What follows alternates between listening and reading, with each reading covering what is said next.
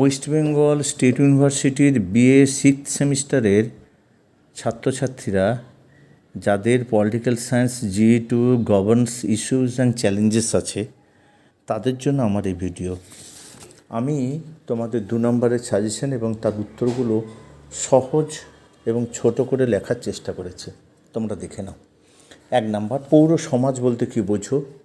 উত্তর, সুশীল সমাজ হলো একটি স্বেচ্ছাসেবী সম্মিলিত ক্রিয়াকলাপের ক্ষেত্র যা ভাগ করা স্বার্থ, উদ্দেশ্য এবং মূল্যবোধ, পরিবার, রাষ্ট্র এবং মুনাফা অন্বেষণকারী প্রতিষ্ঠান থেকে আলাদা।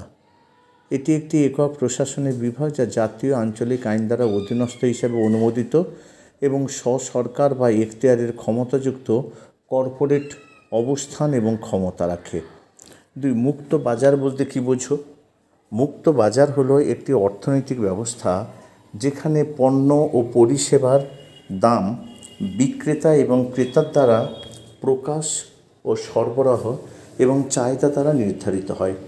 এই ধরনের বাজারগুলি মডেল হিসাবে সরকার বা অন্য কোনো বহিরাগত কর্তৃপক্ষের হস্তক্ষেপ ছাড়াই কাজ করে। 3, দুটি গুরুত্বপূর্ণ আন্তর্জাতিক পরিবেশ সম্মেলনের নাম লেখো। 1, বসুন্ধরা সম্মেলন 1992, 2, রামসার সম্মেলন 1971, 3, স্টকহোম সম্মেলন 1972। এবার সবুজ শাসনের সংজ্ঞা দাও বা প্রশাসনের। সবুজ শাসন, যা পরিবেশগত শাসন নামে পরিচিত, একটি উদীয়মান শৃঙ্খলা যা নাগরিক এবং পরিবেশ উভয়কে ন্যায়সঙ্গতভাবে পরিবেশন করার চেষ্টা করে, সিদ্ধান্ত গ্রহণের প্রক্রিয়ায় গুরুত্বপূর্ণ নীতিতে স্থায়িত্ব এবং পরিবেশ সুরক্ষাকে অগ্রাধিকার দেয়। মানব উন্নয়ন সূচক কাকে বলে? মানব উন্নয়ন সূচক হলো একটি পরিসংখ্যান যা জাতিসংঘ কর্তৃক 1990 সাল থেকে বিভিন্ন দেশের সামাজিক ও অর্থনৈতিক উন্নয়নের স্তর পরিমাপ করার জন্য তৈরি এবং সংকলিত হয়েছে। এটি একভাবে 4টি প্রধান ক্ষেত্র নিয়ে গঠিত: স্কুলে পড়ার গড় বছর, স্কুলে পড়ার প্রত্যাশিত বছর, জন্মের সময় আয়ু এবং মাথাপিছু মোট জাতীয় আয়। গভর্নেন্স বলতে কী বোঝো? গভর্নেন্স বলতে সরকার বা সরকারি সংস্থার দ্বারা জনগণের শাসনের জন্য তথ্য ও যোগাযোগ প্রযুক্তির, যেমন ওয়াইড এরিয়া নেটওয়ার্ক, ইন্টারনেট এবং মোবাইল কম্পিউটার ব্যবহার বোঝায়। RTI অথবা তথ্যের অধিকারের তাৎপর্য কী? তথ্যের অধিকার হলো নাগরিকদের প্রশ্ন করার এবং সরকারকে তার কার্যাবলীর জন্য জবাবদিহি করার অধিকার। এই অধিকার সরকারের কাছে স্বচ্ছতা ও ধারাবাহিকতা বাড়ায়। আইনটি সরকারের দুর্নীতি নিয়ন্ত্রণে এবং আরও ভালো উপায়ে জনগণের জন্য কাজ করতে সাহায্য করে। এবার দেখো দাগ নম্বর 8, এটা হচ্ছে ভারত সরকারের 2টি গভর্নেন্সের দৃষ্টান্ত দাও।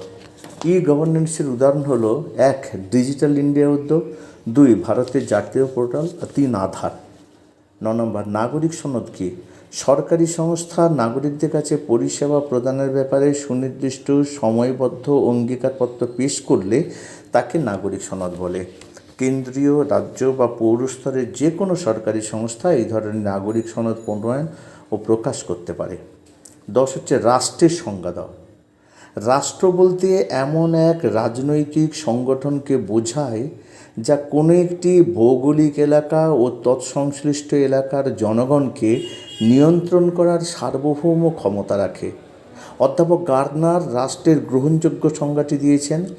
তাঁর মতে রাষ্ট্র হলো এমন একটি অতিবৃহৎ বা নাতিবৃহৎ জনসমাজ যা নির্দিষ্ট ভূখণ্ডে স্থায়ীভাবে বসবাস করে, যার বহিঃশক্তির নিয়ন্ত্রণ থেকে প্রায় বা সম্পূর্ণ মুক্ত হয়ে একটি সুসংগঠিত সরকার গঠন করে এবং সেই সরকারের প্রতি অধিবাসীদের অধিকাংশই স্বাভাবিক আনুগত্য প্রদর্শন করে। পরটা বিশ্বায়নের সংজ্ঞা দাও। বর্তমান বিশ্বের এক বহু আলোচিত শব্দ হলো গ্লোবালাইজেশন, যার বাংলা প্রতিশব্দ হলো বিশ্বায়ন। বিশ্বায়ন সম্পর্কে জোসেফ স্টিগলিৎসের সংজ্ঞাটি উল্লেখযোগ্য। তার মতে বিশ্বায়ন হলো বিশ্বের বিভিন্ন দেশ ও জনগণের মধ্যে এমন ঘনিষ্ঠ সংহতি সাধন যা পরিবহন ও যোগাযোগের ব্যয় অস্বাভাবিকভাবে হ্রাস করেছে এবং দ্রব্য সামগ্রী, পরিষেবা, পুঁজি, জ্ঞান এমনকি পৃথিবী জুড়ে মানুষদের অবাধ যাতায়াতের অধিকারের উপর আরোপিত কৃত্রিম বাধা নিষেধকেও অতিক্রম করেছে। স্থিতিশীল উন্নয়নের সংজ্ঞা দাও। স্থিতিশীল উন্নয়ন হলো অর্থনৈতিক পরিকল্পনার একটি পদ্ধতি যা ভবিষ্যৎ প্রজন্মের জন্য পরিবেশের গুণমান রক্ষা করে অর্থনৈতিক প্রবৃদ্ধি বৃদ্ধি করার চেষ্টা করে। স্থিতিশীল উন্নয়নের লক্ষ্য হলো আমাদের অর্থনৈতিক, পরিবেশগত এবং সামাজিক চাহিদার ভারসাম্য বজায় রাখা। 13, রাষ্ট্রের যে কোনো দুটি বৈশিষ্ট্য লেখো। 1, রাষ্ট্র গঠনের প্রধান উপাদান হলো জনসমষ্টি। 2, রাষ্ট্রের নির্দিষ্ট সার্বভৌম ক্ষমতা আছে, অর্থাৎ সার্বভৌমিকতা রাষ্ট্রের গুরুত্বপূর্ণ বৈশিষ্ট্য। 14, কর্পোরেট সামাজিক দায়বদ্ধতা কী? কর্পোরেট সামাজিক দায়বদ্ধতা বলতে বোঝায় যেসব কাজকর্ম সমাজ, মানুষ, পরিবেশকে প্রভাবিত করে। একটি প্রতিষ্ঠান তার সেবার কর্মীর জন্য সমাজের কাছে দায়বদ্ধ থাকবে। এটা বলে যে সমাজ বা মানুষের যে কোনো ক্ষতি সম্পর্কে প্রতিষ্ঠান অবহিত থাকবে এবং নিজের ভুল সংশোধনে সচেষ্ট থাকবে। তোমাদের প্রতি অনুরোধ, অবশ্যই তোমরা তোমাদের বন্ধুবান্ধবদের শেয়ার করে তাদেরকে সাজেশানটা জানতে সাহায্য করবে এবং উত্তরটা জানতে সাহায্য করবে। আবারও একবার বলছি যে যারা আমার চ্যানেলকে এখনও পর্যন্ত সাবস্ক্রাইব করনি তারা চ্যানেলটিকে সাবস্ক্রাইব করে পাশে থাকা বেল আইকনটিকে বাজিয়ে সমস্ত নোটিফিকেশান অন করে রাখবে, যাতে এই ধরনের যে কোনো ভিডিও, যে কোনো সাজেশান, যে কোনো নোটস তোমাদের কাছে প্রথম পৌঁছে যায়। আজ এই পর্যন্ত, আবার দেখা হবে পরবর্তী কোনো ভিডিওতে।